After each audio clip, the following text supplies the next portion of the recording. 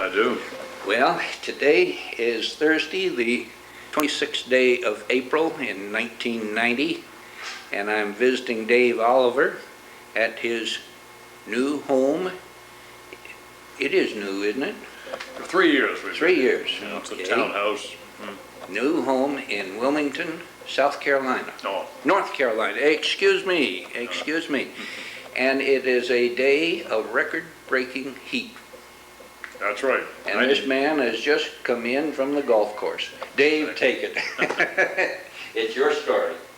Well, Sam, it's nice to have you as a guest in this townhouse that we've sort of retired to. We lived on the beach about 9 miles from here on the ocean, a place called Figure 8 Island, where I came down in '73. We'd bought the property in '70.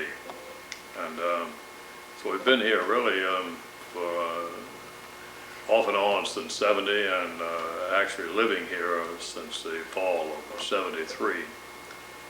This townhouse is one that's, the outside work is pretty well done for you, which allows me time for golf, as you mentioned, just come from the course.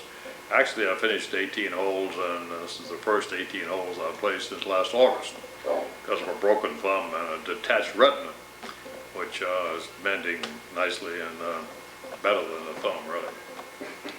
But you asked me what my experiences were in the Coast Guard, which have been a large part of my life, and how I got into the Coast Guard. Well, I was working in marine insurance in New York City, having graduated from the University of North Carolina in 1937. I worked independently for a year and then decided I needed some further education and some corporate experience in the insurance field, and so I went to work for the Great American Insurance Company at #1 Liberty Street in Lower Manhattan. I attended the Insurance Institute for the next 2 or 3 years at Columbia University, taking graduate courses in finance and marine insurance. So that's how I happened to run into the Coast Guard group in New York at that time, who were of interest to me, and I had met, having grown up in Wilmington, where we're now living. I'd known the MODOC here during the 20s and the early 30s, when E.A. Stone was the skipper. He was known as Elmer Stone to my father, who played poker with him, and he was in my home growing up often. But I noticed he's referred to in books and so forth as, he's referred to as Elmer. He was known as Archie Stone in those days. So there was a slight confusion in my mind as to why he was called Archie down here in the early 30s, and yet when people refer to him, I guess because Elmer was his first name, E.A. Stone. But he was very nice to me growing up, took me out on the MODOC a couple of times. One time I ran into the tail end of a hurricane, and Commander Stone at that point was very solicitous about my welfare. I was a Boy Scout, and this was a great adventure for me to be on a Coast Guard ship. So when the Second World War was looming and the draft was pending and breathing down a lot of necks, including mine, I almost got into the Navy. In fact, I was at the point of acceptance when my boss told me that I had no plateau in the company to which I could tie to, and he said, this thing's going to be over in a few months, I think. Little did he know, but he said, well, you better stay here until you can get to be a department head or have something to hang your hat on. So I did. But then as the draft got even closer, somebody told me, in fact, the Coast Guard advertised they would give direct commissions to officers with engineering or scientific degrees. I happen to have a BS degree, which is supposedly science, but it was in business, the science of business, but they didn't look too deeply into it. But the only hitch was they said I had to pass a 40-hour examination beginning Monday morning and finishing up Friday evening on celestial navigation, Marlin Spike seamanship, and a number of other mysteries to me. Although I'd grown up with boats all my life, I really was not an expert in either of those lines. And to find out how I could get the information, I went down to none of the maritime academies, the New York Academy, Merchant Marine Academy at Kings Point, had any sort of crash course in marine science. And somebody said, if you check the Seamen's Church Institute, they train merchant seamen so that they can be qualified for officer assignment, and maybe they could help you. Well, the old man down there who was head of it was Captain Just, who had been the skipper of four-masted schooners and so forth, had been around the Horn, and he was quite a salty character. And he's also a pretty good educator. He said, if you can bring 35 or 40 people, we can tailor a course that will qualify you to take the Coast Guard exam, a 40-hour exam. So we beat the bushes in Wall Street, William Street, Liberty Street, got readily 40 people in, from the bond and stock offices, insurance offices, and so forth, all of whom were college graduates, but were about to enter the World War II. So that's how I got qualified to take the exam in the Coast Guard. What year was this? This was in 41, beginning of 41. Before Pearl Harbor? Yeah, before, about a year before, 10, 11 months before. And so we sat for the exam sometime, I guess, that summer, the fall of 41.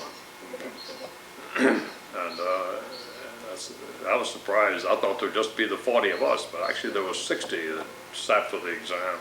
So I don't know where the others came from the various engineering schools, perhaps, so forth. But 60 people, I think, sat for the exam, and of that, only 7 got letters saying that they would be qualified for commissions after sitting before a board of officers and this kind of thing.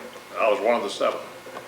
Other friends of mine, however, were called in later on and offered commissions, and some of them, however, went with Pan American Airways as navigators and took other than service jobs. But I didn't really, as I was telling you earlier, I didn't get my orders or commission. I sat there, I even quit my job in the fall, and then I realized I had to eat, and the Coast Guard was being mysterious about just when they would call me into duty, and I think if Pearl Harbor hadn't come along, I might have been still waiting. But as it was, I did go in shortly thereafter, and then my active duty and it was in February of 42, and I was associated, Sam, with the class of 42, who I think graduated early. Yes, December 19th, December, I think. Yeah. Mm-hmm. So I was fitted in with them. Mm-hmm. My first ship, when I went down, first assignment was in Norfolk, and I was told to report to the public health hospital and get another physical, and then to report aboard the Coast Guard cutter Dione, which was a 165-footer. That was a patrol boat. Yeah, patrol boat, and it was commanded by Jimmy Alger, J.A. Alger, Jr. And the exec was, let's see, I can't immediately think of his name, but it was an Irish name, Mac. Anyway, it was a fine ship, and I couldn't have had a better commanding officer to start my career in the Coast Guard. And I saw 2 people on there that I knew. One, John Metz from Wilmington, who had been on a Coast Guard ship, a wooden ship, off the coast of North Carolina to listen and monitor the submarine activity with sonar and other listening devices. And then he'd just been transferred to the DIONE when I went aboard. What was the DIONE doing?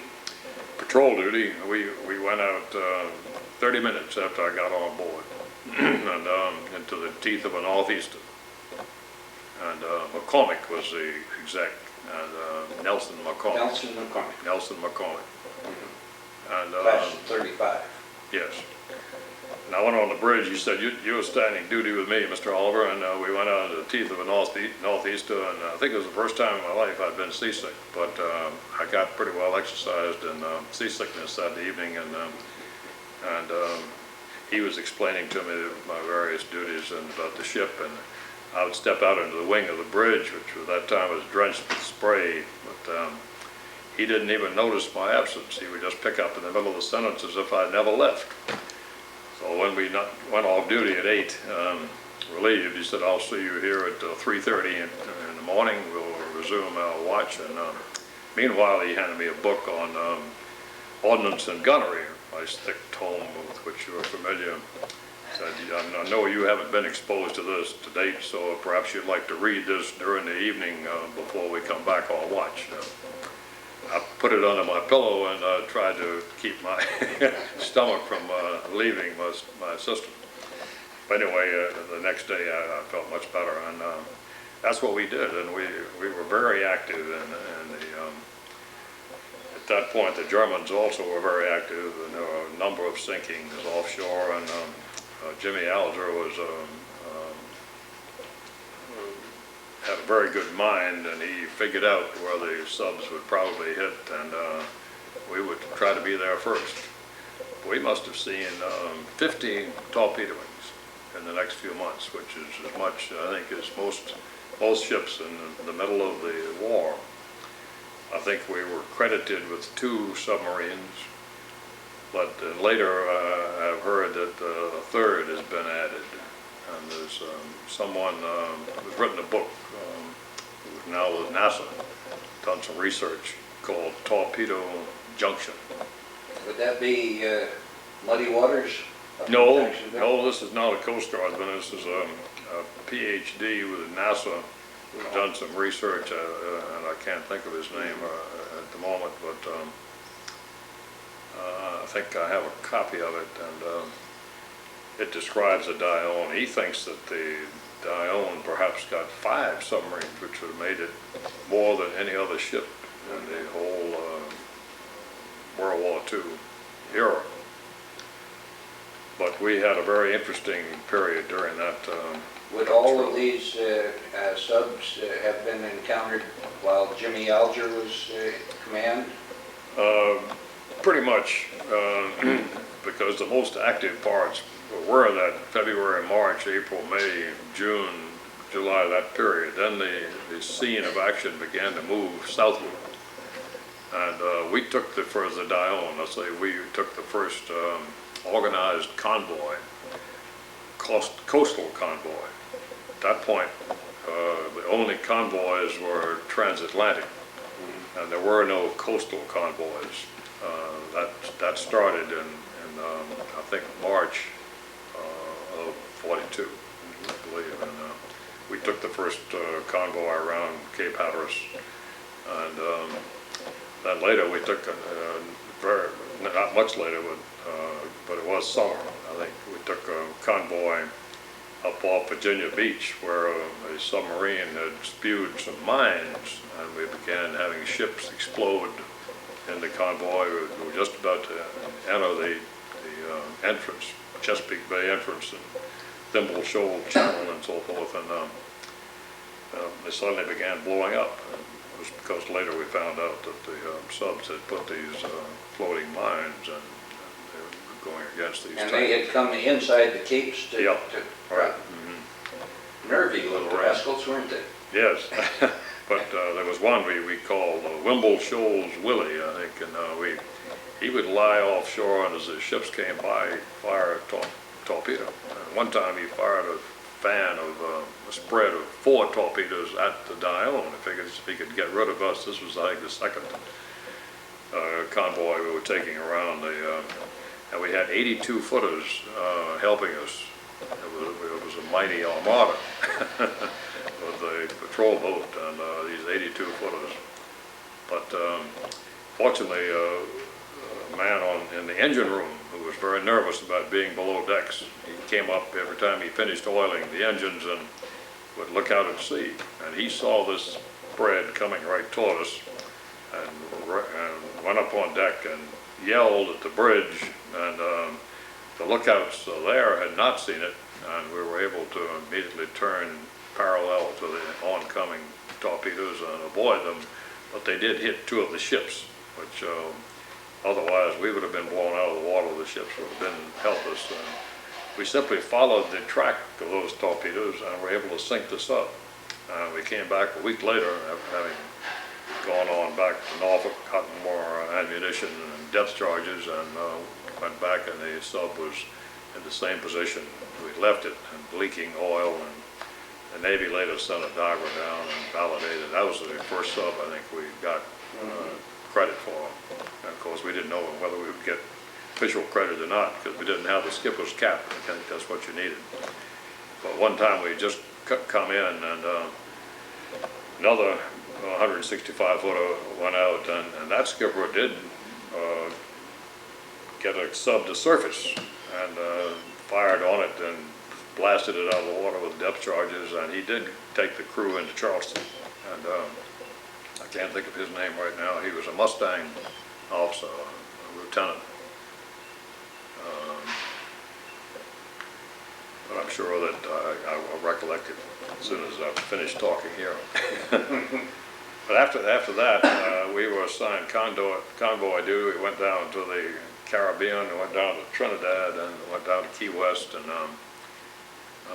then it got kind of boring, because the excitement of having been on patrol and seeing something every day, every week, we were busy. And some days, some patrols for 10 days, we would get an average 3 hours sleep, because we were on general quarters most of the time.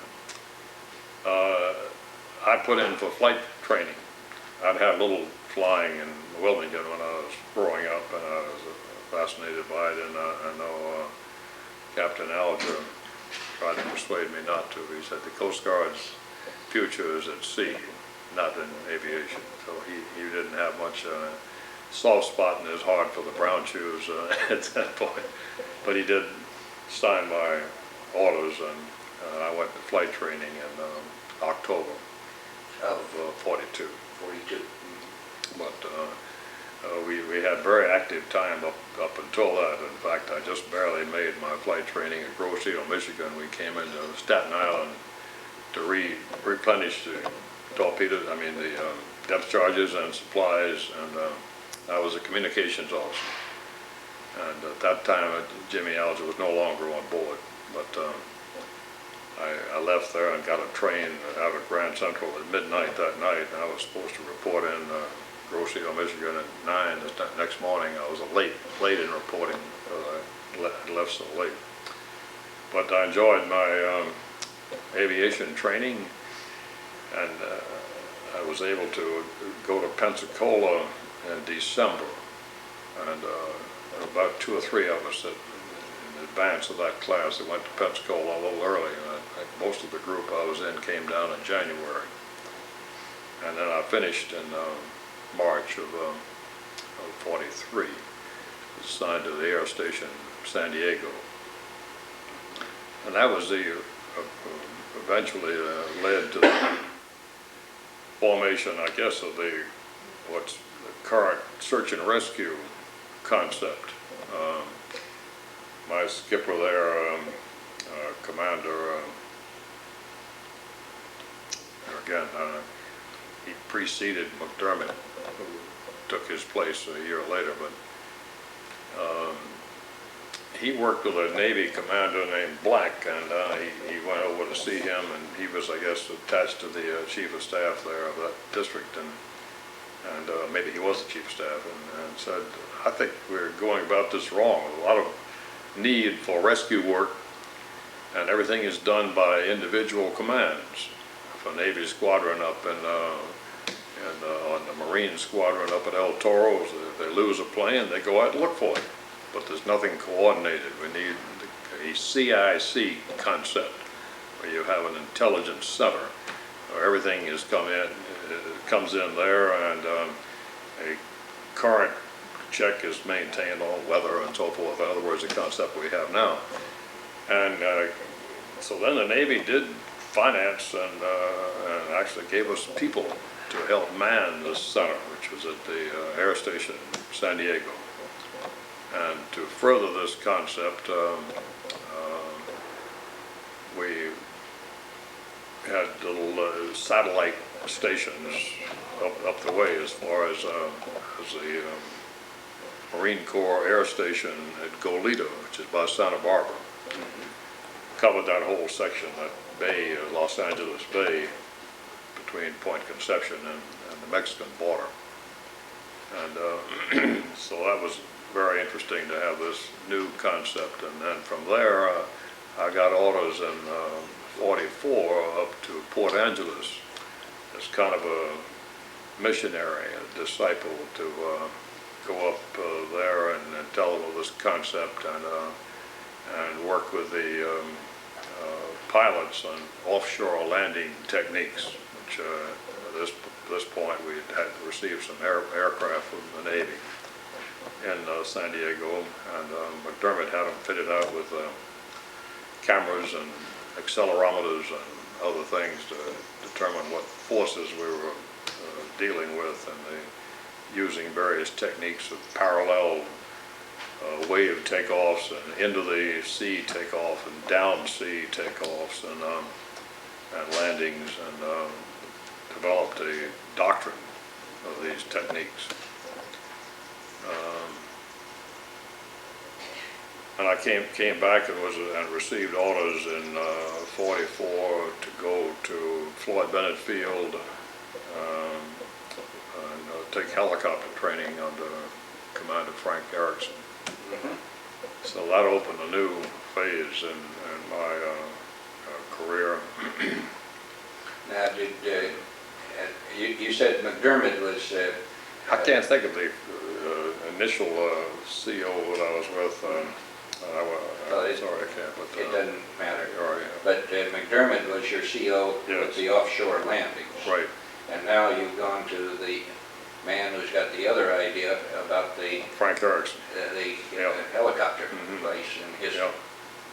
Yeah. But I enjoyed meeting a whole new group of Coast Guard aviators up at Port Angeles and seeing that remarkable part of the country in Puget Sound. Was Woody Venel up there at that time? Yes, he was. He flew PBM, I think, out to... Well, at that time, we got PBMs later. We had basically PBYs, I think, in 44, just getting PBMs at that time. We had PBMs in San Diego. And we had a little satellite station over at Quileute, at the Naval Air Station, Quileute. Had 2 Coast Guard aircraft over there, stationed there out of Port Angeles. I had a seaman who had been operated for appendicitis while out on weather station. And then we found that we were short on some of the fluids that he needed. And we left station and headed for home. And Woody came out and dropped some of the materials we needed, saline solution. Also, Canadians made drops on us. Very, very effective. Yes, I'm sure. Yeah. I'd like to see Woody again. We had an interesting friendship. But at the end of the war, which was coming up in 46. Well, now you've just touched on going to Floyd Bennett, and I interrupted. I'm sorry, yeah, you did. So Floyd Bennett, we had, Erickson was just full of ideas. I think he thought of every use the helicopter would be put to for the next 15 years. And many people thought they'd thought of them later, but Erickson had thought of them initially. He was a fund of ideas and putting these ideas into practical action. the electric hoist, which used to be an electric hoist made by Vickers. Then it was electromagnetic action, and so it would break as the thing would break, and it was very jerky. By improving it, Erickson made an electro-hydraulic hoist, which was electrically operated but hydraulically powered, so that it was quite smooth in its operation. You didn't get those heart-stopping jerks. And I don't know who made that manufacturer, but Vickers was the first. And so this opened up the idea of being able to, and exploited the ability of the helicopter to hover over for a place you couldn't land with a plane, and the helicopter could go there and by means of this hoist. And so that and the spraying, we worked with the Department of Agriculture out on Long Island, and ASW, we went down to Key West and tried to hover these HNS-2 helicopters, which were underpowered to begin with, and in that hot, humid, hazy, windless sea, it was almost impossible. You had to over-rev your engine in order to maintain flight and keep a sound head in the water. But anyway, all these elemental concepts were developed by Frank Erickson, and so it was a pleasure to work with him. And he had a very, very good group of machinists, and Mr. Sikorsky's son, Igor Sikorsky's son, worked for us as a machinist mate. And so we saw Mr. Sikorsky a number of times. He came down, and one time one of the rescues we made there, he came down and took several of us in New York for dinner. A very courtly gentleman. But we trained people in that, and I was an instructor in the school after I'd passed my initial course, and we had RAF and RCAF and Army. There was a Colonel Gregory who was there as a student, and he worked with Commander Erickson, and then he later started the Army's helicopter training. I think it was in Georgia, and then also out in Texarkana area, just on the border of Texas and Arkansas, Oklahoma area. And I saw Colonel Gregory several times later. But this was I think my helicopter number, I believe, was 75. So that was the 75th in the country. And of course, Erickson had gone to Connecticut to the Sikorsky base to learn how to fly it. There was no source of information except the test pilots who were working with it. And Bell got into the act, and then Piasecki. We met all those people who were pioneers in the field, and of course they respected Erickson and the Coast Guard, and gave us carte blanche to their operations. It was a fascinating time to be in a new means of aviation, flying.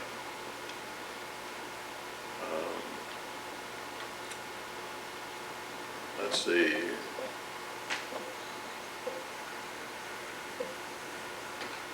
Later on, as I say, toward the end of the war, I got out of the Coast Guard briefly. I had a vast number of leave on the books, more than I was supposed to have.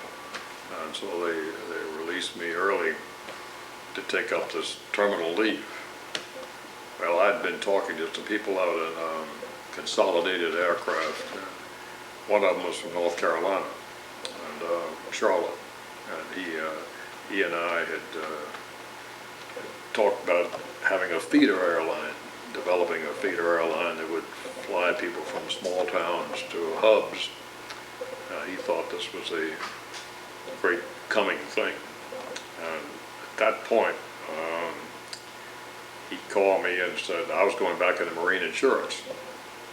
Coast Guard was writing me letters every week telling me to come back in. They would give me a direct, a regular commission.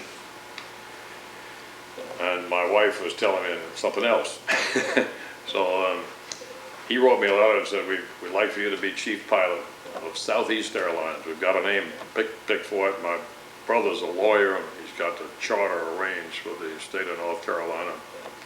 So we can start flying right away. We're hiring mechanics.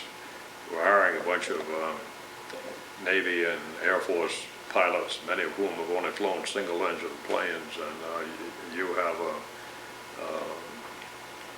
air transport rating and commercial license, and you're the only one I know of that's privy to this information that has the background to shape up these military pilots into commercial pilots. So I finally acceded to his request and moved to Charlotte, North Carolina. We got these planes. I think we bought when I got there, I found out that the Navy had some DC-3s. The engines still in the crate, still in grease, brand new engines. You could buy the engines for $1,000 a piece and the fuselage for $1,000. You get the whole DC-3 for $3,000 with new tires on it. And so we bought one of those. We had to pay $10,000 for the next one we got. I don't know why we didn't get another bargain, but that still was a pretty good price. And we had the Cessna Bobcat, which carried 8 passengers, and I think one Lockheed Lodestar, which I was familiar with.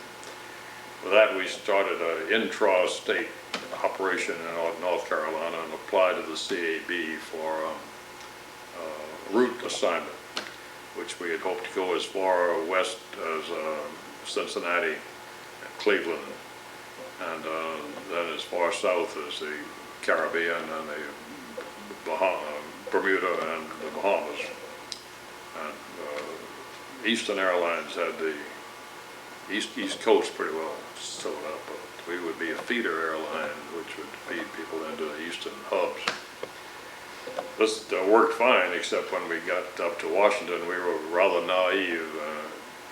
Bill Teague's brother, the lawyer, who had no background in aviation or anything of the sort. He presented our brief, attended the function. We thought we'd be the only ones there, therefore we'd get it by default. We had a pretty good backing from banks.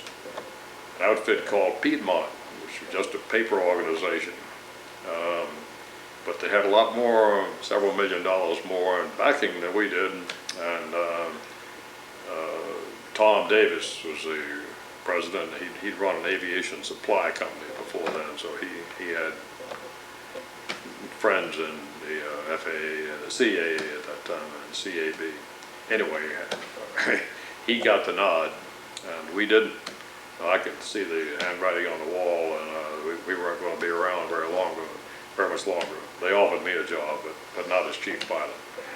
And the Coast Guard offered me a job, and I went back in. So really, I had on the books, it's unbroken service in a way. And I got well, you were still on your terminal leave. That's right, still on terminal leave. And then I was assigned to Salem, Massachusetts. Teddy Harris was the skipper. I enjoyed flying out of Salem and the New England area up to Labrador. And I don't have really many personal things to say, except that in helicopter training, while I was in Salem, Frank Erickson wrote me and said, we're going to start a helicopter development unit in Elizabeth City. I'd like for you to be my exec. Do I have your permission to ask headquarters for orders? I don't want just to surprise you.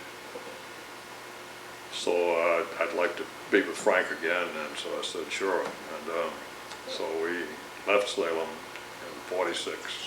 I'm sorry, March of '47. Went to Elizabeth City and started the Helicopter Development Unit with Stu Graham and Frank Erickson and several other pilots, and developed the rescue basket, which is still used today, I think, and a number of other developments. We went up to the Navy's test pilot training at Patuxent, Maryland, and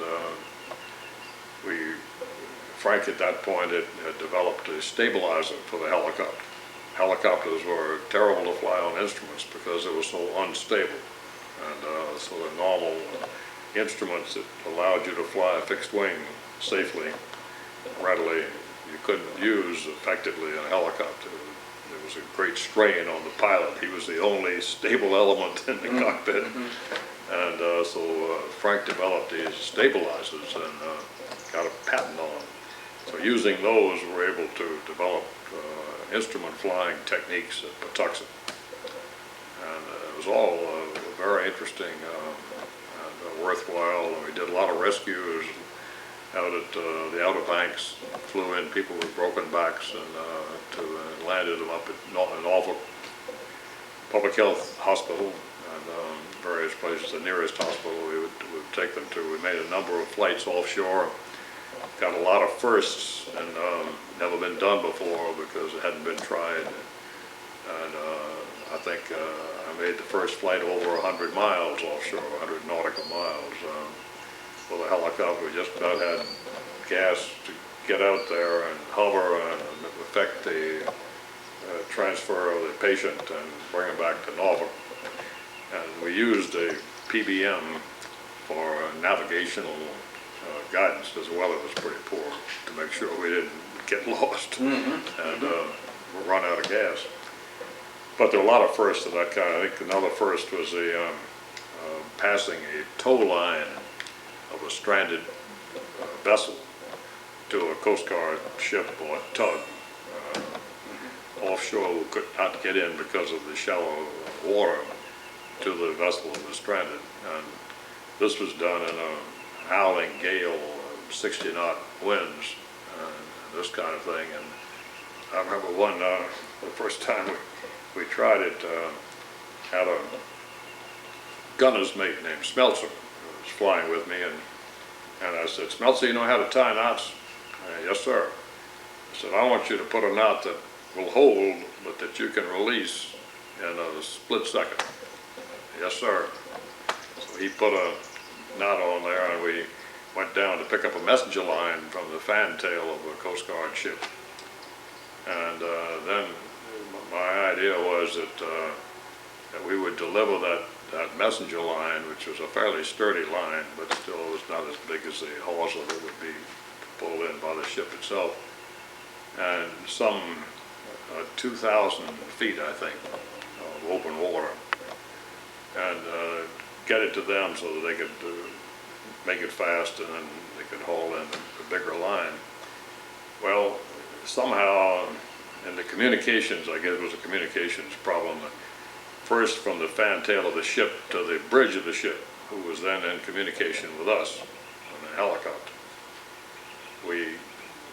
I thought the water was so rough that I felt if I had so much drag in the water, if the line pulled through the water, that would strain the power of the helicopter. So I decided to climb up to about 1,000 feet and then come right down to the stranded vessel and sort of lay the water across the surface. So that would be a minimum time of exposure. And as we were on our downhill run before dropping the line across the stern of the bow of the other ship, stranded ship, all of a sudden we fetched up. The bosun's mate on the fantail of the Coast Guard ship had seen that he was running out of line, and he was trying to make fast the end of this line to a bale of a new line, and he took a couple of turns around a bollard while he was to give himself slack, and at that point we ran out. So fortunately, Smeltzer, I said, "Cut," and that was our signal. When I said cut, he was to release that line. That time we were upside down, which is an awkward position to be in. And, but had he done it a second later, it would have been too late. We would have been in the water. As it was, I was able to recover, and later he and I reminisced that we saw water all around. The bottom of the helicopter was wet, but fortunately the blades did not get into the waves, and we were able to gradually ascend again. And then we flew back over the ship and explained to them as patiently as we could that next time, please give us plenty of slack. But these little things come, you know, when you do it for the first time. And working with Frank Erickson was very interesting. I stayed in Elizabeth City 5 years because I went from there as operations officer to the air station. And so I enjoyed being in that section. And flew PB-1Gs, which was a B-17, and we flew those on international ice patrol, you know, and I was based out of Elizabeth City. And I flew the PBMs, and so you had a lot of exposure to a great many number of airplanes flying out of Elizabeth City. From there, we enjoyed duty in various places. Went to Alaska twice, and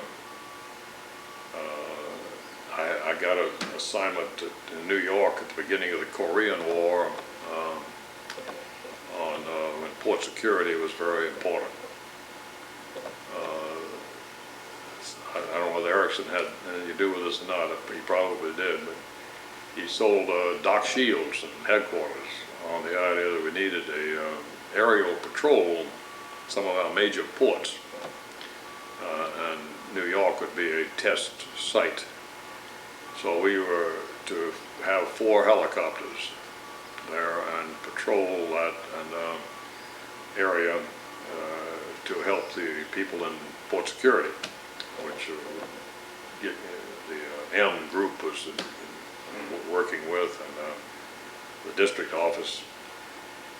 So that was very interesting. We moved to Elizabeth City, and moved from Elizabeth City to New York, and lived out on Long Island, and worked out of Floyd Bennett Field, and I had an independent command with the air station.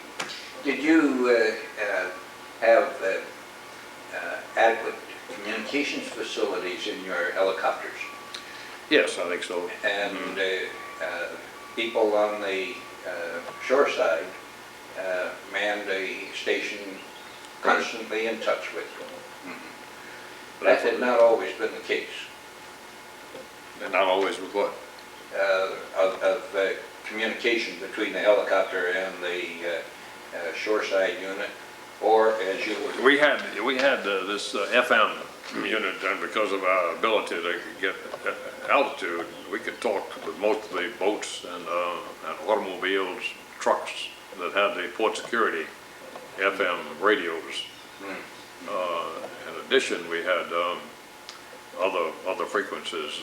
We could talk to the air station, or we could talk to the regular Coast Guard aircraft who were not on port security frequencies.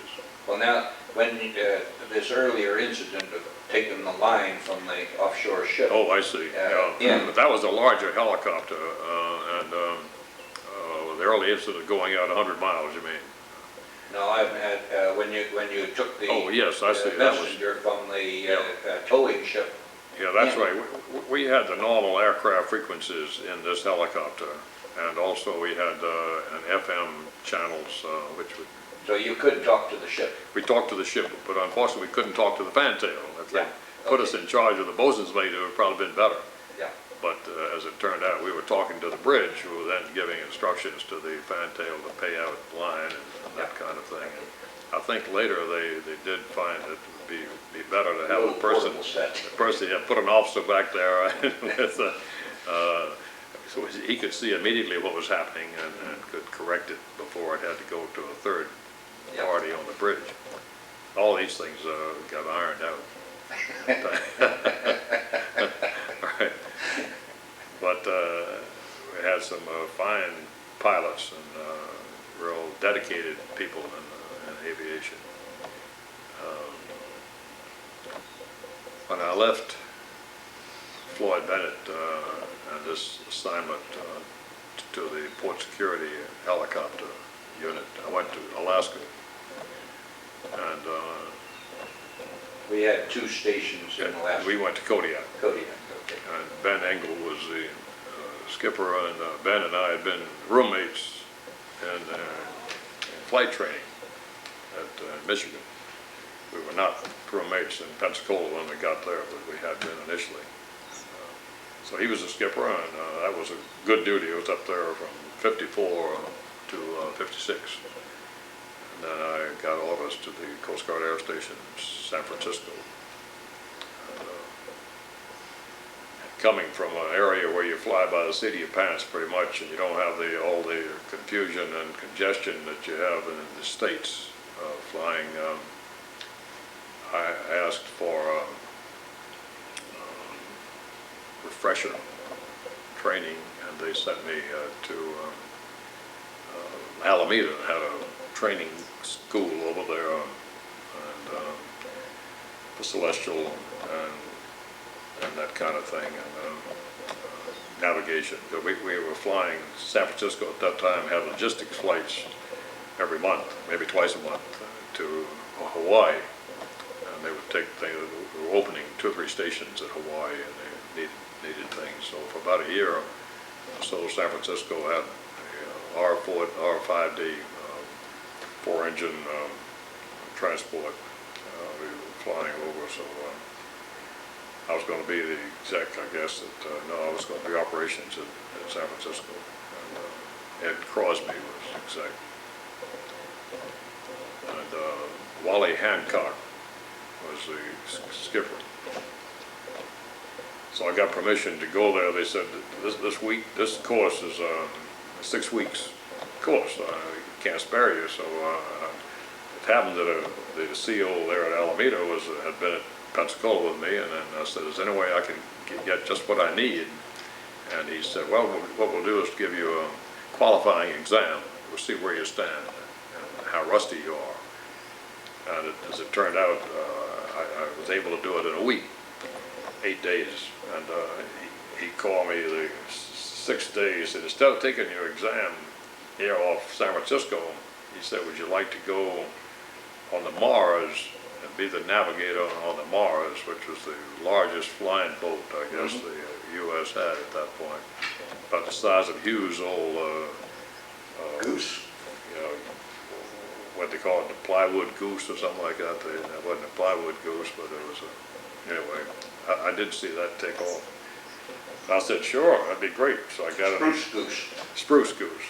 I got an extension on that, my orders to a couple of days, and managed to get a flight on that. And one of the pilots let me fly it at San Francisco Bay. And, I took it off there.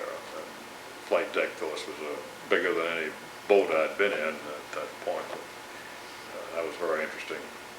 Enjoyed my tour at San Francisco, and we had very interesting assignments there.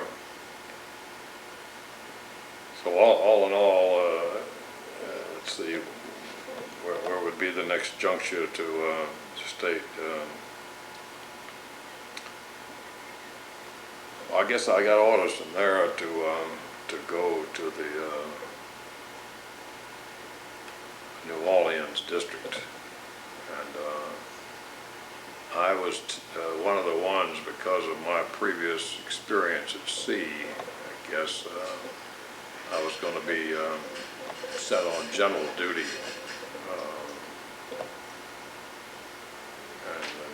but I was still on flight pay, still on flight duty at that time. But I went there as the search and rescue officer of the 8th district, and later went up as the search and rescue officer, and later operations at the 17th district in Juneau. When did you go to That was Juneau? my second. I was in,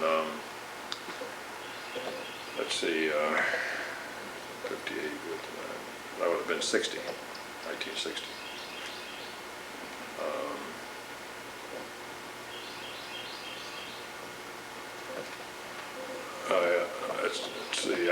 I flew a good bit. Glenn Thompson had the command over at Keesler Field near New Orleans, Biloxi, Mississippi. Jim Durfee had the command at Callender Field, the Navy field. And between those two gentlemen, I was able to get my flight time in.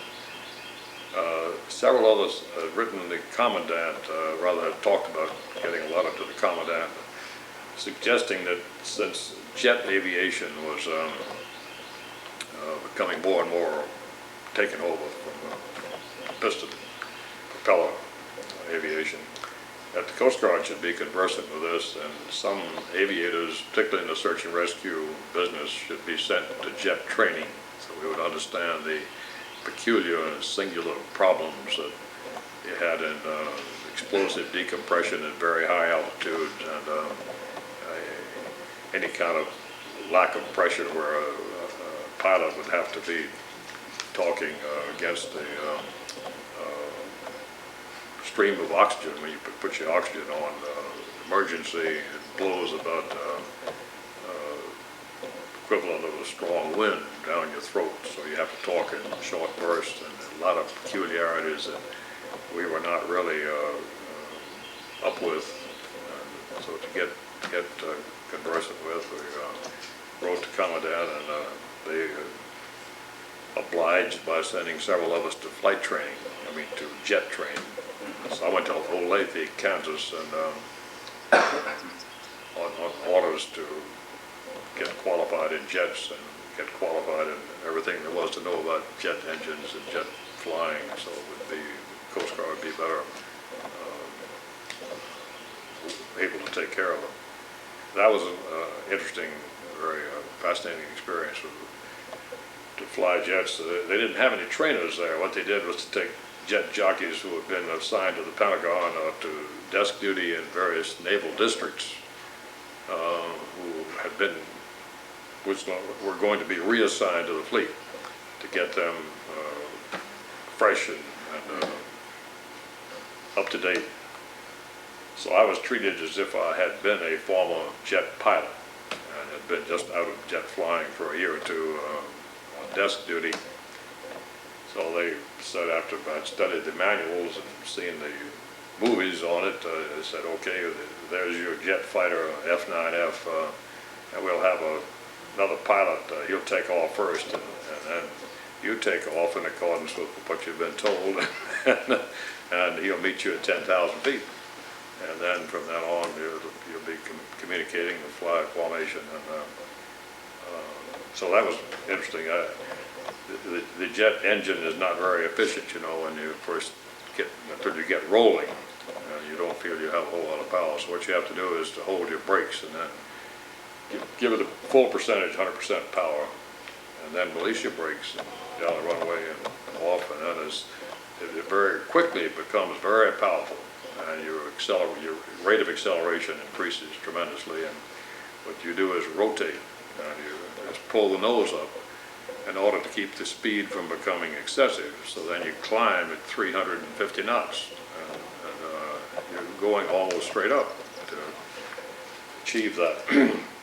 But that was an interesting experience, and I got a lot of free rides from then on, because I would go over to Keesler and to the Navy field at Callender, which they're both reserve bases. They had trouble testing aircraft. The mechanics would fix them, and then they'd need somebody to test them. And so I became a test pilot. I would try to work my orders in. If I had to go to Texas, or if I had to go to New York on Coast Guard business, I would check out a jet from Keesler or from Callender and fly to New York an hour and a half, and and land there, take care of business, come back, fill out a sheet for the Navy, or for the Air Force, that the test had been completed. I'd flown 600 miles or whatever, 1,000 miles, and got a lot of free rides from saved the Coast Guard a lot of money, and also it was very pleasing to me. One of the things that I found was interesting. It was the commandant sent me orders, Coast Guard headquarters, to go to school at the University of Southern California. And they were trying to get a course designed to encompass all the needs of aviation safety. So I went down there, and it was 3 months course, I think, 4 months course, 4 months I guess it was.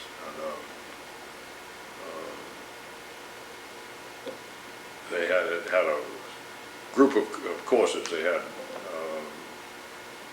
aviation engineering courses, they had physics courses, they had metallurgy courses. So in case of an aircraft crash, you could go out and try to determine what was wrong with it. Some of the people in my class were later on the National Transportation Safety Board. So it was an excellent course, very well designed. And also they taught you teaching methods. So you could teach aviators about safety and make it interesting, exciting, and current. There was only one hitch. I was not an engineer. Was Norm Horton there at that time? I was the only Coast Guard. I was the first Coast Guard representative. Norm Horton was there later. As an instructor? Yeah, right. But he went through the course later. Yeah. We had Navy and Marine pilots. I was the only Coast Guard representative, and the rest of them were all Navy and Marines. But fortunately, there have been even some academy graduates who hadn't practiced engineering, a little rusty. The first lecturer that came in began talking about aerodynamics, and he began putting all these formulas on the board. And boy, everybody's, at least half the class's eyes began to glaze over, and he got disgusted. He said, "I can see you're a bunch of ignoramuses, you don't know anything, and I'm not going to waste my time." And he walked out in high dudgeon, and somebody from the office came in and said, "Well, class, just sit quietly and we'll have somebody else to take over." And in about 15 minutes, another gentleman came over and said, "I'm going to give you a refresher course in math and aerodynamics and engineering techniques and physics." And so for a week, we got crammed with these things, and fortunately, I was able to stay up till midnight at 2 o'clock learning things that I never knew existed before. I never used a slide rule, for example, because they didn't have calculators in those days, and you had to get your answers to decimal places out to about 10 places. So I learned how, and fortunately I had a friend who was an engineer, and he showed me how to use, I bought a slide rule for $5 from the exchange there at the University of Southern California, and he was able to show me outside of class how to operate the slide rule quickly. I could do it if I read the instructions, but he showed me how to be facile and do it neatly and quickly and accurately. So I managed to get through. I would have been very embarrassed if I'd embarrassed the Coast Guard by falling flat on my face and not being able to get through that course because I was not an engineer. But later in teaching aviation safety to other Coast Guard aviators, and then Norm Horton went out there and went through the program. I think he was assigned to the school to teach there. Yeah, he retired and became a tenured professor. Oh, did he? Yes. I didn't know that. Yeah.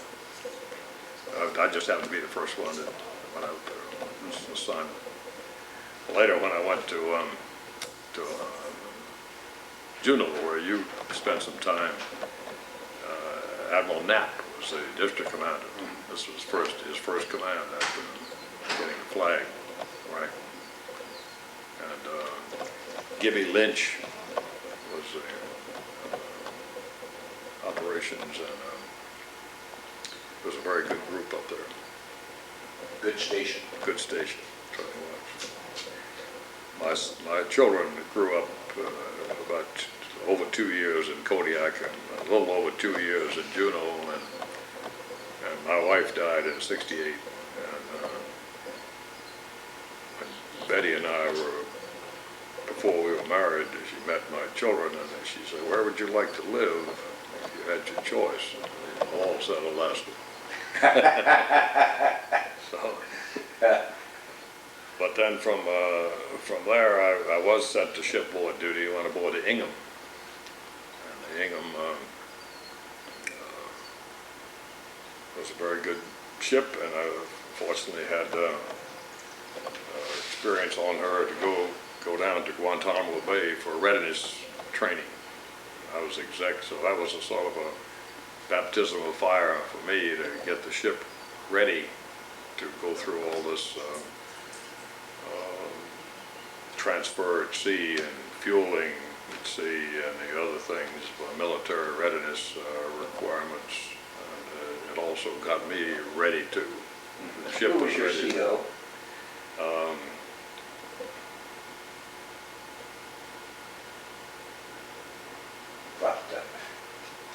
I'll tell you just a minute. Vic Pfeiffer. Okay. Vic and I got to be good friends there, and he's a fine officer, and I still correspond with him. If I sometimes don't answer you immediately, I have to go to my medal file. Oh, yes. Flip back and How well I know. but Vic was he was a fine teacher because he didn't say anything to me except when I first came on board. He said, "Commander, why don't you take her out? We were going to back down out of the slip into the Elizabeth River." I was afraid he might ask me to do that, and I hadn't had any ship handling since I left DIONE.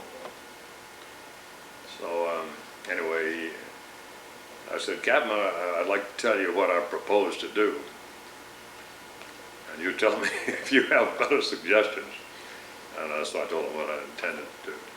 But I was amazed at how much carryover there is from other types of seamanship, airmanship, flying formation and plane, and this sort of thing.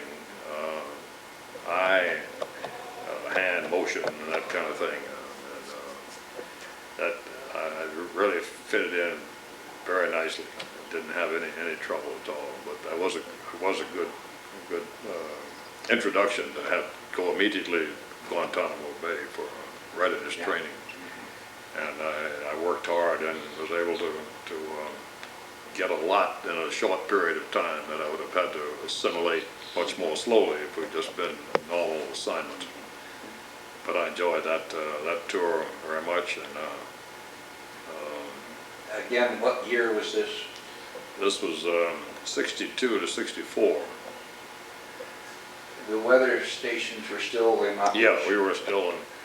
I had one of the most horrendous experiences on Ingham with Captain Pfeiffer. He left, and I was acting for a while, and I never was assigned to ship totally. I was acting. Fortunately, he was on there when we had this experience. We were up in the Gulf of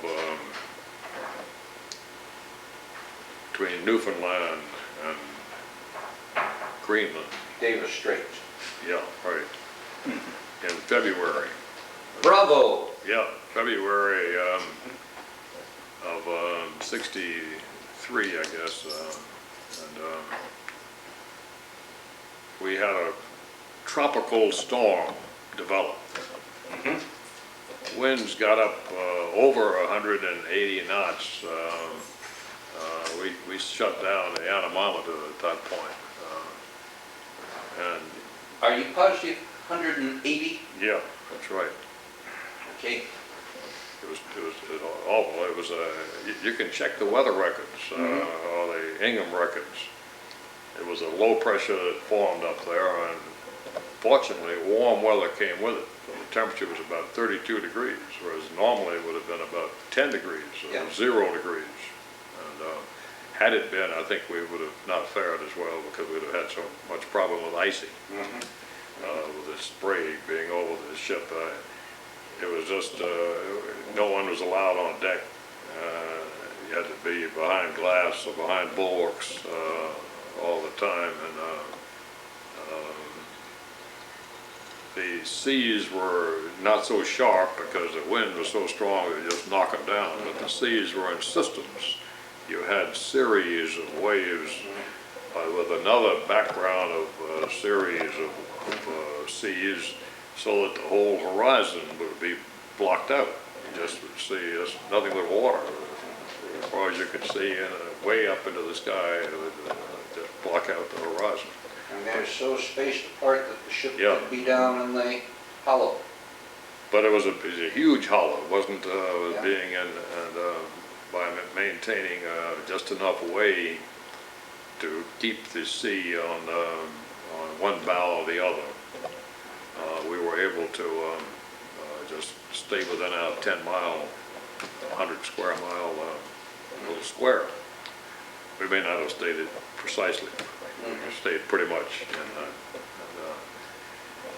It really wasn't as rough as some as it might have been, because of the fact that the wind was so strong that it just beat down the seas and laid these huge escalating masses of water systems on top of systems. But we really felt like a very tiny element of that huge, horrendous mass of water. If you had your druthers, you'd been someplace else.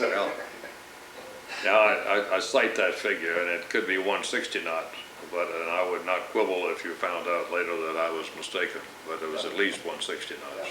And the figure 180 stuck in my mind, but I think we shut off the anemometer at 160, and then it continued to accelerate. We were feeding weather reports, but I think our communications also were interfered with. Yeah, I was going to question, did you suffer any other damage? We didn't. We suffered minor damage on deck, but no major damage. The hull was very sturdy, and the hull Your structure. boats had been rigged in. Yes, we took in everything that was, as this thing developed, we were able to get everything shipshape on deck. So we didn't get any breakage of glass and that sort of thing. But then I went from there to headquarters, and Admiral Shields had asked for me to come up there to be a part of the boat safety department. At that time, small boat safety had been under M, and they wanted to create a new department because of the escalation of boats, some 6 or 7 Mainly pleasure boats. recreational boats. So a recreational boating safety department was formed, and Dave Sinclair, with whom I'd been in aviation, was assigned as the head of the department. I was the deputy.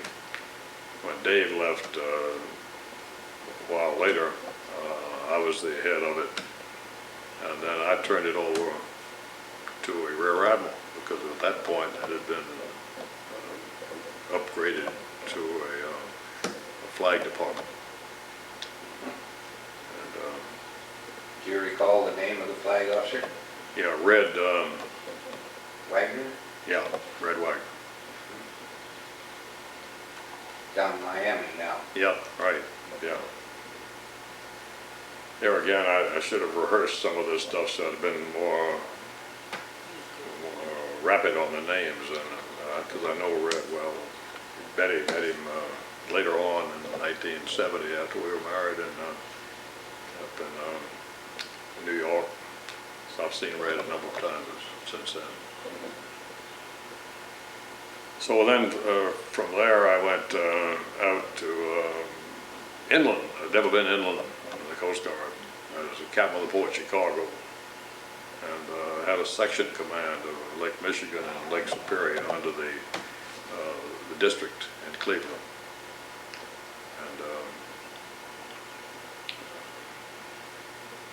the district commander there was a fine officer who has stayed active in Coast Guard activities even after he's retired, and I'll think of his name too in a minute. But he and I worked very, very well together. And I found out that the M was under me, the way they worked it. So That's the OCMI. OCMI, OCMI in Chicago. So I said, you know, I know nothing about marine inspection. You'll have to run your shop. It's just purely going to be an administrative type of thing. Not going to be any interference on my part. And met a lot of the EM officers, the OCMI officers there. And Jim Meeker, who was there, later was sent down here. And he moved down here, rather. He wasn't sent down here. He retired down here. Now lives here. Did you know Meeker? I know the name, but I cannot place him right No. now. But the Chicago experience was very interesting, and then I was there in 68, 69, and 70, and in June of 70, or just before that, I'd received a job offer. I would have had to retire the following year, 71. So I had a year early. I retired to take this job as head of the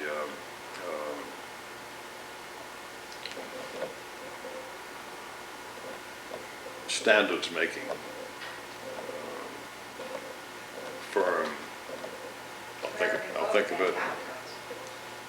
Excuse me, Betty? American Boat and Yacht Council. Oh yeah, ABYC, Oh, yeah. American Boat and Yacht Council. Mm-hmm. And, Headquartered there in Washington. yeah, are they now? Well, at that point, they were headquartered in New York. New York. And, Okay. yeah. And I was commuting, Betty and I were married, and I was commuting from New Canaan, Connecticut, an hour and a half in and an hour and a half back out. And so I tried to move it 3 times, presented a very good case, I thought, to the board of directors. First, to move it to Annapolis. And they turned that down. It was too close to New York. They said, why not keep it in New York? We're going to be operating in the same environ, yeah. So I saw that was a poor idea, and so then Atlanta, really, we worked with experts who flew in for committee meetings, and the head of anchor companies, the head of other companies that made things for recreational boats were served as our experts, and we'd have committees that would draw up these standards. And I had a engineer working with me, and Jim Lippman. And so that's all we needed. We just needed to be somewhere where people could readily fly into. We could put them up, and they could fly out again. We could do all the work in an office.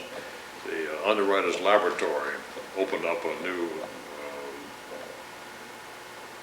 I guess you'd call it a office in Tampa, Florida, with all sorts of facilities for testing materials, testing various things which would be applied in the marine environment. It seemed to me that was a good place for us to be, for American Boat and Yacht Council, to work with underwriters laboratories in the same area and develop friendships between the 2 staffs and that kind of thing. So that was my, Atlanta was the interim, Atlanta, because it had a new airport. And almost every plane on the East Coast was flying to Atlanta one way or another. They turned that down. But Tampa, I thought we had a very good opportunity to move in there. We would have saved a great deal of money in cost of rent, all the costs from being in New York. And I think we would have saved maybe $20,000 a year, $30,000 a year, easily, just on the surface. But the New Yorkers were chauvinistic enough to want to keep it, because this is where it had been chartered in the state, and they wanted to keep it there. So at that time, I was tired of commuting, and I was tired of being turned down. And they told me I could put it anywhere I wanted to, but that wasn't true. Wherever I could persuade the board of directors to put it. So I tendered my resignation if we couldn't get out of New York. So they accepted, which I was surprised to. And they got a good man to replace me before I left. I stayed there another 6 months working the replacement, and so they were in good shape. And Betty and I sailed our boat down. It took us 3 weeks. So we came here in '73, fall of '73. So I left the Coast Guard with some reluctance, but I entered into a new life in the ABYC field and met a lot of people in recreational boating and learned a lot. And also started a new life with Betty in '70. This is our 20th year. It's amazing how time has flown. And we've come down here, which is my former home. I didn't think you could really ever come home, but we've managed to enjoy being here on the ocean. And you're not very far from the golf course. That's right. That looms fairly large in your present. Well, it will as soon as I get back in shape and get this the retinal detachment completely cleared up. I'm not supposed to turn my head quickly, do a few things like that, which you might do if you played golf very seriously. But it's a good sport. I do some sailing when I'm invited to go on a crew on boats around here, mostly sloops. And I went last year up to, I never sailed in Massachusetts waters. I sailed in Nantucket Sound and Vineyard Sound. And that's really just one bunch of reefs with channels in between. You have to be very, very careful in your navigation. And the boat we chartered didn't have a Loran on it. It was supposed to have, but didn't work. So we had to do the old-fashioned way, DR for the most part. But that was enjoyable. And so I do some sailing still. The neighbor across over here is a Naval Academy graduate. He's got a shell he just bought, ocean shell, supposedly a one-man shell. And I'm going to try to persuade him to check me out on this and on that. Got a little rowing exercise. It's supposed to have a better hull than the lightweight racing shell. So it's Jack McCann lives near us over here, and he seems to enjoy this area. He's going to move from where he is over to a continuing care community at some point, I think, in the near future. And Jack's had a tough time. I don't know whether he told you or not. No, I haven't. Yeah. Are we off camera? No, it's still on. You've done a very fine job of describing a full career in the service. You cut it short a year, but it was full enough with activity. And I want to thank you for being so generous. Well, it's my pleasure to talk with you, Sam. I'm sure I missed many highlights, and I'm sorry I didn't have any good stories like some of your friends have been able to give you. Well, first-hand knowledge. they're all good stories. So we'll shut this one down. Okay. After saying again, thank you, Dave. Yes, indeed. All right, the light is off. Now you want to... Light.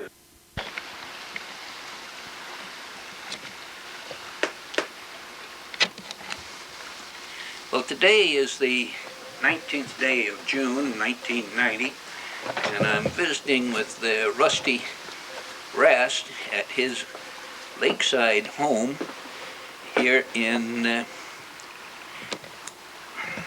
Traverse City, Michigan. Traverse City, Michigan.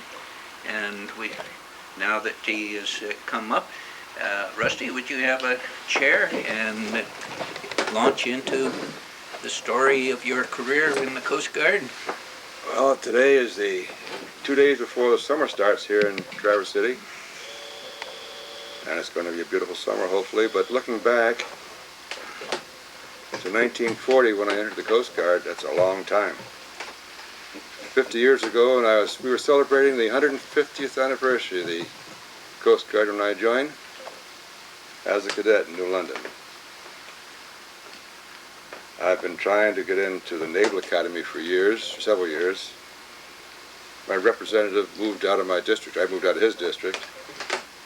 They sent me the Coast Guard information saying, I can't send you to the Naval Academy, son. You moved out of my area, but try this for it. And it sounded so good that I liked it better than anything else. So we finally made it. Took the exam in New York City with about 600 other people, and I thought, my God, who in the heck could ever get in this place? fortunately we made it and reported to New London in August of 1940. I was 167th on the list, and there were only 150 there, but several had not quite made the physical, I guess, so I was able to get in. And it was wonderful. And then the swap summer began, and then the academy began. And then I'll never forget those years at the academy. They were great. Anything outstanding? Oh, yeah. Some tellable, some non-tellable.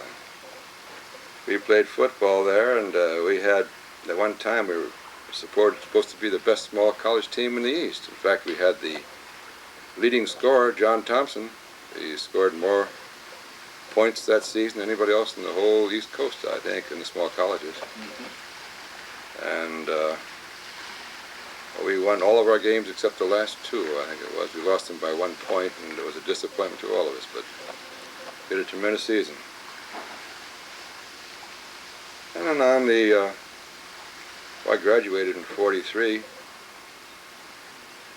I reported to the Coast Guard cutter Nemesis on duty of the Eastern Sea Frontier.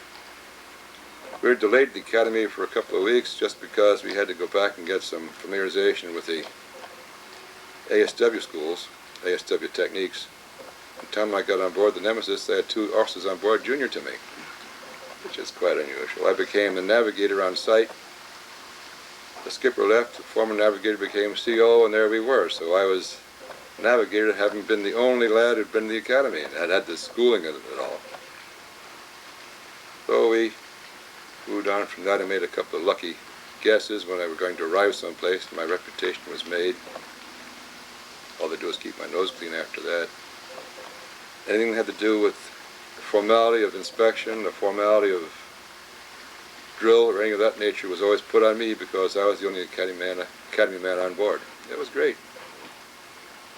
It only lasted a year and a half, and then we went ashore to air sea rescue. I thought it was going to be in the Channel between England and France, but no, it happened to be in New York City with the Eastern Sea Frontier under Miles Imlay and Dick Burke. And this was the beginning of our Joint Operations Centers that we've operated, or RCCs as we call them now. And the Coast Guard worked together with the Army, the Navy, and the Army Air Corps in working out the rescue procedures for people who were in distress. And it was a fascinating beginning to what later became the Coast Guard's RCC system. We had a splendid operation going. I trained in New York, and then went down to Charleston, South Carolina, to the southern frontier, southern group, working under Tom Epley. And Tom and I set up the southern districts, RCC, first with the Navy and the Army Air Corps down there. And then as we moved out of the Navy department and back into the Coast Guard, under Mike Ryan, who was a district commander for the 6th Coast Guard District. In fact, Mike was the old-fashioned type. He had the horse patrol in the 6th District longer than any other district commander in the Coast Guard. There I got to be interested in aviation, being with the people that were flying, having flown several times with some of those people, and I put in for flight training and finally was able to go to Pensacola. Well, not to Pensacola. We went first to Dallas for rerouting of our orders down to Corpus Christi to Pensacola to Nana River to Jacksonville. Then we're out back in the Coast Guard. 2 years later, we got back in the Coast Guard. It took a long time to get through flight training then. The war was over. All the instructors wanted to go home. They were amassing and counting their points and taking time off, going back into seeing which kind of a bar they're going to operate or whatever, and you couldn't find an instructor for more than 2 flights in a row before he'd be changing. So 2 hours, 2 years after we started, 425 hours worth of flying, I got through flight training. 13 of us even got in to fly aboard the carrier. and we called ourselves the Coast Guard Hooligan Carrier Pilots Association, and had a formal ceremony initiating the whole organization. There were 13 of us in the group at that time. And after we got through, the commandant found out about us flying around down there, and he said, anybody with 250 hours is graduated right now. And no more of this horsing around and using up the Coast Guard time doing nothing. So we got back into our Coast Guard duties again, and I reported to the Coast Guard Air Station at Elizabeth City. I wanted Elizabeth City because I wanted to fly helicopters so bad I could taste them. And that's where they were training helicopter people. But the Coast Guard was so busy retraining lapsed designations and not starting with anybody new that never got around to us at all. I was at East City for, not quite a year. Then they assigned me to Ice Patrol aircraft, flying B-17s. What year would that be? That'd be 1948. We went up for the Ice Patrol season in 1949, and again in 1950, flying out of Argentia, Newfoundland.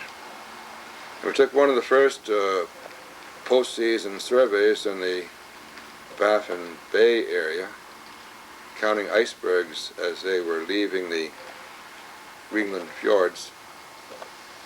And it was quite a elaborately planned operation. We had two B-17s flying out of Thule for the most part, Sandstrom Fjord, Thule, and plotting and photographing all the icebergs in the Baffin Bay area. I think we counted something like 16 or 17,000 icebergs around these areas that were the bays and the outlets and one thing and another, the fjords. And when they got all the photographs back to Woods Hole, they developed something like 47,000 bergs were counted. And so it was chock-a-block. Over a period of many years, they were going to be able to predict what the ice flow south of 48 was going to be with weather factors and other things that they'd be measuring as we were charting these bergs.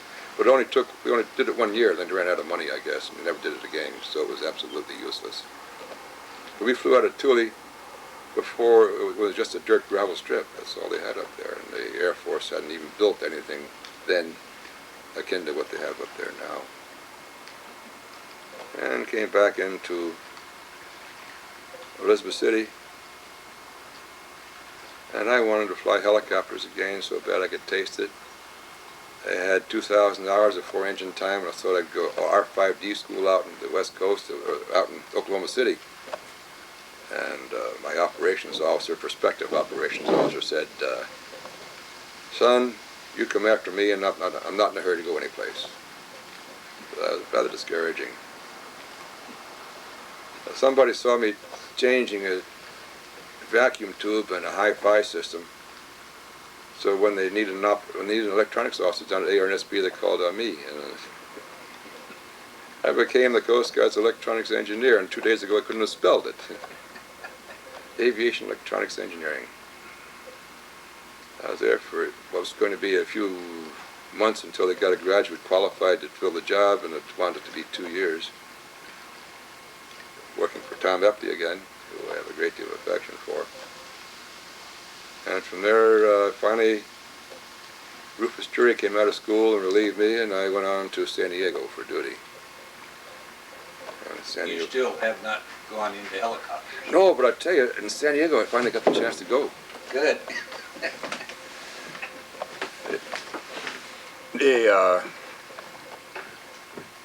D.B. McDermott was the CEO at San Diego, and he is a fine gentleman. You're a lucky man. And Don McDermott and I had many discussions about Rotary Wing. He didn't think they were worth much at all at that time.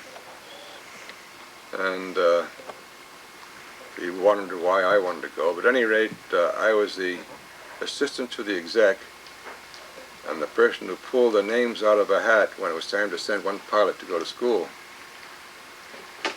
And they checked all the others after I pulled my name out. And rightly, it was my name that came out first. And everybody else's name was in there, but it happened that mine was the one that was selected. So I did go to school in 1951, finally to Pensacola, to become a helicopter pilot. And that was the start of my rotary wing experience, which has been magnificent all the way through. What were some of your experiences at the Rotary Wing schooling? What were some of the sensations that... Oh, it was something that you wound up with a couple of hands were like claws. You've been squeezing that throttle, squeezing that stick to a point that you couldn't unbend your fingers after you were through with a half-an-hour flight. You were just stuck, you're frozen. And what became so much of a natural thing later on was just brand new experiences all the way through. And landing, what, 15 landings in 5 minutes? Who ever heard of making 15 landings in an aircraft in 5 minutes? But it was just one hell of a different ball game, really. Luckily, we had all the communication procedures and flying techniques down to a point where we weren't having to learn that also. In other words, I think it was easier going through having previously been a fixed-wing pilot.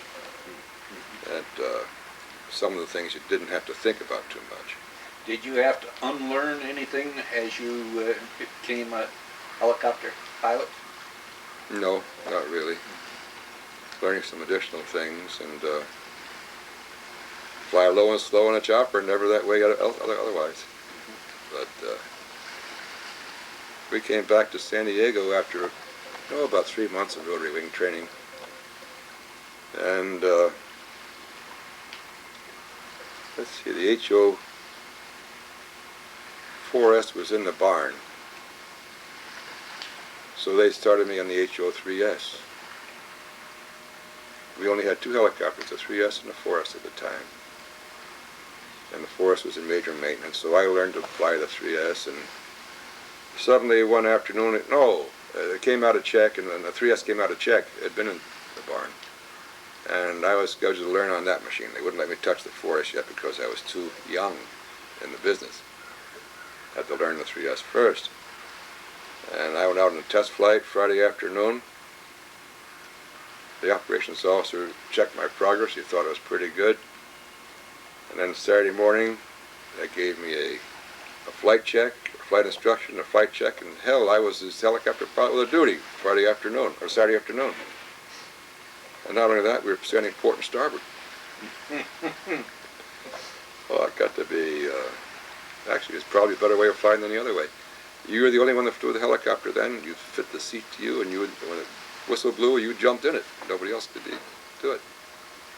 I got my night flight experience by staying out after dark and landing until it got pitch black. My hoisting experience was with a sandbag until I finally got proficient with sandbag and finally got to a person. And luckily, I didn't have to hoist any sandbags out there until I got sandbags well in hand. But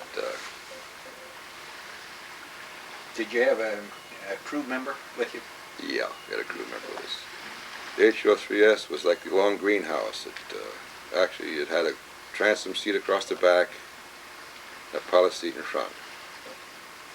And the crew member sat in the back. You had a 3.58-inch variance that you could have in your CG in that machine and still maintain safety of flight.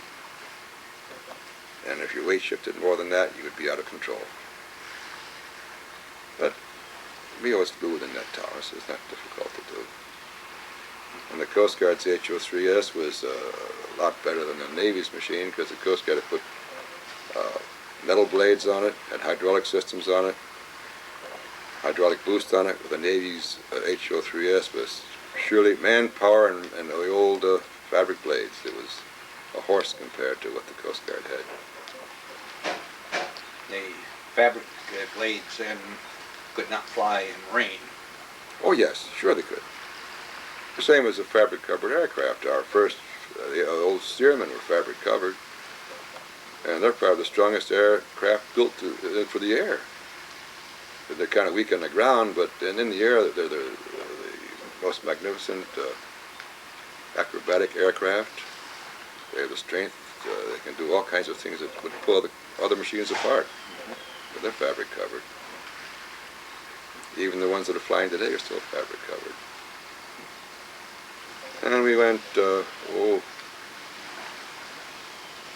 San Diego we flew the PBY, the PBM, JRF, J4F,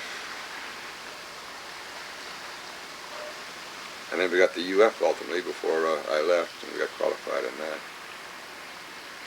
But it was a lot of flying, a lot of work, and we had some magnificent rescue opportunities there. We were the search and rescue officers for the Navy, and we could fly down in the Mexican waters just by sending a telegram. We did no prior notification. It wasn't necessary. It was all cleared on a regular basis. It was you just send the telegram that we're flying, and we did it. And Mexicans appreciated our going down in that country, and we did many jobs for them. Much work was for their people. And today, I think it's probably a different story today. I enjoyed San Diego. I came back years later as CO at San Diego, and it was pretty much the same. Enjoyed it again. But after San Diego in 1954, I went to Pensacola as a senior Coast Guard aviator assigned to the Naval Training Command, and that was an interesting tour. As lieutenant commander, I had 4 aircraft with 8 pilots and 26 crewmen. And we ran the Navy's search and rescue. Well, the Navy's search and rescue show, we had it for the Naval Training Command, and it was assigned to the Coast Guard. The Coast Guard officer there was assigned to it to use his so-called expertise in the matter. And heck, we had it, as to say, the equivalent of an air station. I relieved Bob Gould, and took over. It was quite an experience. We had to fly standby for the Navy from sunrise to sunset at all times when they had Silvers flying going. And it was a busy place. Were many planes lost? Not lost, Not Coast not Guard. lost, but this was an all Navy operation. I was the only Coast Guard person in it. And we had all the crack-ups that occurred all around the training command. You know, we always proceeded to them. And the SNJ was probably one of the strongest aircraft in the world. It broke up in pieces, but the cockpit was whole. And many people survived all kinds of hazardous positions from flying in the SNJ. And but we'd send a helicopter with a flight surgeon to every crash. And a BBY would be in the area for communications. And, well, the Navy Training Command had lots of crashes. It's the pilots, they're just ground loops or wheels up landing or whatever. No matter what happened, our rescue unit would go to the scene. And that was a busy 3 years I was there. Enjoyed it. I went from there to Newfoundland.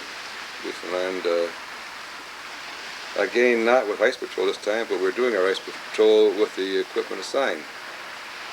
And we had B-17s in our Genscher at that time again, so I was flying up my old friends once more. 722, 749, and 755. Great machines. I think my favorite aircraft is a B-17 for fixed wing. Like a 4-titted Cup. It's responds to controls. It's a rugged piece of machinery, and it's fun to fly. But we flew our ice patrols out of Argentia again, and replaced the B-17s halfway through my tour with R-5Ds. R-5D was like a super chief compared to the B-17. A big machine, faster, could fly further, carry all kinds of cargo. It was quite a piece of equipment, quite a difference. And I came from Newfoundland back down. I came down here to Traverse City in 1959, and was exec at the air station here for a year, a CO for a year, and enjoyed this area so very much. As you can see, if you've seen the water out here and you've seen what the cool country and the green trees look like, you know what it is. Here it's the 19th of June today. We have about a 7-degree temperature, and I think the rest of the country is sweltering in sweat. I was fishing this morning. I got a small salmon. They're really not in here yet, but they will be soon. And that'll be a madhouse of fishermen. But we enjoyed 3 years here in Traverse City. My wife and my daughters. We were on the other side of the bay at that time and on active duty. And felt this was more like home than any place we'd been since we'd been in the Coast Guard. So I left here and went out to San Francisco as the search and rescue officer in the district, and also the operations officer for a year, then back to search and rescue again when Dick Baxter came operations. But we enjoyed that tour for a short period. We went on to up to Annette Island. And now Annette Island is a bane of most people. It's really tough living up there. But I did have one thing up there. I had the joy of introducing or giving the keys to new quarters to 48 families, including my own. The new quarters on the air station. And that was one of the most thrilling things I've ever done. To see people move out of the Quonset huts and the shacks that they were living in to go into Coast Guard quarters that were nice. Lower Slobovia. Oh, that from lower to upper, right now. Oh, absolutely. And then we also introduced the helicopter into that island. And that was quite a nice operation. The H-52 performed up there very nicely. Now, which year was this? 1962. The fall of 62, I think we got the 52s up there. So Eddie Rowland was the commandant at that time. Yeah. In And he's fact, the Eddie one- Rowland came up to visit with us, and he had his Assistant Secretary of the Treasury along at the time. They were coming back from the Far East, and we designated our quarters as Rowland Hills.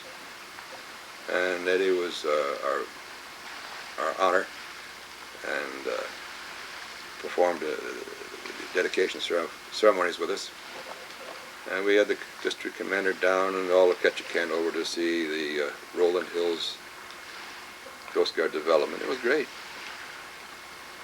And his Assistant Secretary of the Treasury for Coast Guard Matters went off fishing during this and came back with some beautiful trout that we had spotted for him and flew him in by chopper. And I think his rainbow trout hung over either end of a beer can case that it was packed in to sustain themselves, so they put an ice. They had a nice trip back to the States and that. No, That makes good propaganda. oh, sure. Also. And while there, I was up, and I did get a chance to get a doll sheep up in Alaska, up in the east and north of Juneau. We flew in, and I spent a week in the wilderness there, hiking and camping around, and with Steve Centane, who's retired now, living down in Roswell, Georgia, and with Sid Morgan, who was a Bureau of Fisheries man. We flew many times out in the fisheries patrols out in Alaska. He was our so-called guide, and we were all natives at the time, had been on that island for more than a year, so we had the native licenses, and I was the only one that got the sheep, though. That was gratifying. I came back down there to San Diego from that, and I reported to San Diego as the group commander, as the captain of the port, and the CEO of the air station. I relieved Bob Hammond, and that was a delightful station. It was and still is. I think it's probably the prettiest station in the Coast Guard. 22.78 acres, and it's beautifully maintained and landscaped and gardened, and it's just delightful.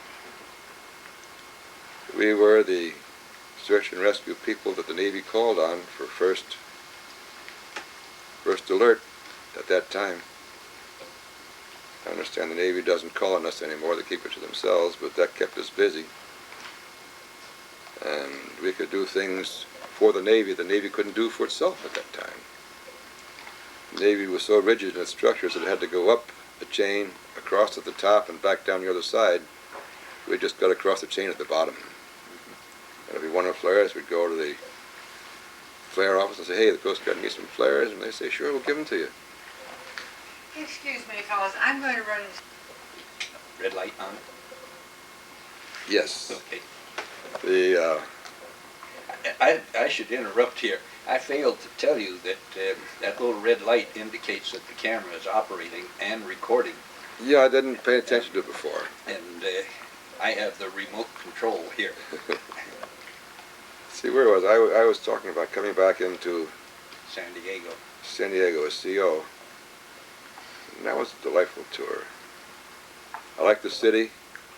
The only problem with San Diego right now is, in '51, it was a small village learning to be a city, and current in 1966, when I reported back, it was a big city. And as I visited time and time since, it's become a crowded big city. When I was in San Diego, the drug thing was just becoming part of the Coast Guard problem, of the Armed Forces problems. And we had a few locker searches, but never had too much in the way of a problem on base. One or two people were objectionable. They got involved, and we had to take measures to drop them somehow or another. But by and large, we were unaffected by drugs at that time. And I did my tour there and decided to retire in 1968, and came back and moved here to Traverse City in '68. And we rented a house in town for a year until this place on the water became available. Then that was the place that we decided to buy, and bought the first house we ever bought here in Traverse City. I owned a house before. I owned a piece of a shack in Argentia. Oh. Not Argentia, in Annette Island, pardon me. The people there on Annette Island passed their shacks along, or Quonset huts, or butler huts, whatever they were, from one to another. They seemed to add on every nail they put into it, they added to the cost, so that they had the refined cost for the new tenant to pay out when he bought his shack. And I think I'd paid more than anybody else for the one I'd bought at the time, which was the old CPO quarters. And after we took about 1/8 of an inch off the floor, got it back down to bare wood, and sucked up a couple of gallons of varnish, about 15 gallons of beige paint and the whole thing, so it's all one color. I put out a station order saying that nobody will assess anybody more than $500 for their particular housing limit, and it worked out pretty well. I got hurt more than anybody else, so they couldn't fault me. I couldn't be called a bastard. But How long then did you live in these quarters before you got the new quarters? well, we lived there about 6 months. 6 months in those quarters. And Bob Johnson, now Admiral Johnson, bought them from us as we moved out. And we had accommodations for 12 officers and 36 families, the crew, in their new sets of quarters. And you also had a new enlisted barracks. Oh, that had been up there before I got there. That had been up there several years. And they added the officers' quarters later on, but the initial set of 48 sets of quarters, we had 12 for the officers and 36 for the men. And then in the subsequent years, they built the additional quarters, and they sent those quarters up to Went up to Sitka. Sitka. Took them apart piece by piece and put them back together again. But out of San Diego, we retired and moved here to Traverse City and bought this house on the water here, which I think was probably one of my wiser investments. It's been a delightful place to live. Still stay in touch with the Coast Guard as it operates here in this area, and enjoy the company of the young officers and the men at the air station. It's a fine air station, and I've seen some of my junior officers who were with me in San Diego and back as CO and captain here. And they've gone by the wayside now, and I'm running into a newer breed of officers that weren't even around when I was in the service. Some of them weren't even born. Oh yeah, I know those. Like we used to tell stories about where were you when Pearl Harbor was attacked, you know, and when I got to my junior officers were in kindergarten, why I forgot to talk about it anymore. I don't bring that up. Just a glint in the old man's eye. But Sam, that's pretty much of what I've done in the Coast Guard, and After you graduated from the Coast Guard, then what did you do? oh, I never graduated from the Coast Guard. It's with me always. You don't graduate. You know, you put it aside a little bit. You just pay part-time attention to it. Actually, we're not retired. We're just getting less pay now for less work. And but I went into the business as stockbroker for about 10 years with Wayne Cowell here in town. And when Wayne retired in 1978, I took a small portion of the business at home with me. Actually, it was the investment aspect of a life insurance agency. And I've just about phased that out completely now. But at this time, what keeps me busy, besides my hobbies, I'm the zoning administrator for Acme Township. I enforce the zoning ordinance and the ordinances of the township. I'm the son of a gun that goes around and tells people they can't park here, they can't do this, they can't do that, and they get mad at me. And so I'm doing my usual inspection routine on Saturday afternoons, or Friday afternoons. And in fact, I had a call when you were talking with me before from some woman who says, "What's this business about a used car lot being opened across the highway from me?" Somebody's operating a used car lot out of his backyard, and you can't do things like that. But it keeps me busy and out of trouble. Now, you're in the town of Acme. Acme Township, yes. But It's not a town as such. It's a township, unorganized township. so your mailing address, though, is not Acme. I have several mailing addresses. One is a post office box in Acme. Another is Williamsburg, where we get mail delivery to the house. But But Williamsburg is up Highway 72. it's about 5 miles from here, yes. Yeah. But that's the only post office that delivers in this area. I see. Okay. And if you want your mail delivered to Acme, you've got to go to the post office and pick it up yourself. I see. Yeah, that's country living. Yeah. But Acme is about 3,000 people. Not very big. We're one of the smaller townships in the Grand Traverse County. And I think it's one of the nicest townships in the Grand Traverse County. Well, it's certainly a pleasant place that you have here on this day. The weather is just right. If you've been used to hot weather, this is a nice break from it. Yes. We're waiting for summer to happen, and hopefully it'll happen on a weekend so we can enjoy it more. But the story around here going that we usually have 9 months of winter and 3 months of poor sledding every year. It is. It's a delightful summer here. And about 25 years ago, the Department of Natural Resources introduced salmon into the Great Lakes, into Lake Michigan, Lake Huron, Those were the coho. coho, and also the Chinook, or the king, to get rid of a pest which had come up through the St. Lawrence Seaway, and the alewife. The alewife is a small fish which actually infested the Great Lakes to a point where the beaches would be littered with dead fish, everything would smell like rotting fish, and tourist trade was lost on the beach, lost in resort towns. So the coho and the Chinook were introduced to eliminate this because they fed on that alewife. And by golly, we had a great sport fishery develop as a result of it. We've had some problems in recent years with that, with some bad fish plantings and some diseases which have come up. But hopefully they'll have that ironed out again and come back into what we should have in the way of a good season. The lake trout were disseminated here. They're actually eliminated from the lake because of the eels that came in through these Great Lakes, through St. Lawrence Seaway also. And these killed the fish, and as a result, many tests were made, steps were taken. They've had to poison the breeding areas of these parasites, and they got them under control, then planted lake trout again, so the lake trout population is building once more. And well, it's quite a volume of water. Many things happen. It's the greatest reservoir of fresh water in the world.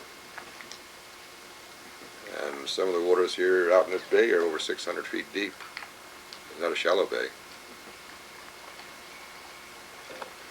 Well, it's certainly a beautiful spot. But I can imagine it gets a little bleak in the midwinter. Oh, if you like to ski, it's not all bad. But say, you know, we have a contest here locally as to how much snow will fall, and everybody guesses. I guessed 196 inches last year. My wife guessed 161. And she missed it by 8 inches. So 169 inches of snow fell in this area last year.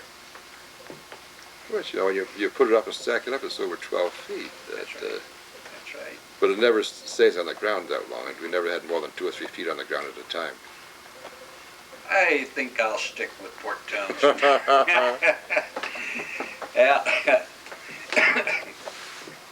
Well, Rusty, you've done a fine job of searching your memories, and relating things as you recall them, and I want to thank you for Sam, I'm happy to be able to, I didn't admit to anything.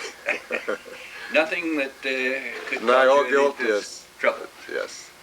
So I'll shut this machine down about now, and then if you think of anything more, we've got a few minutes left on the tape.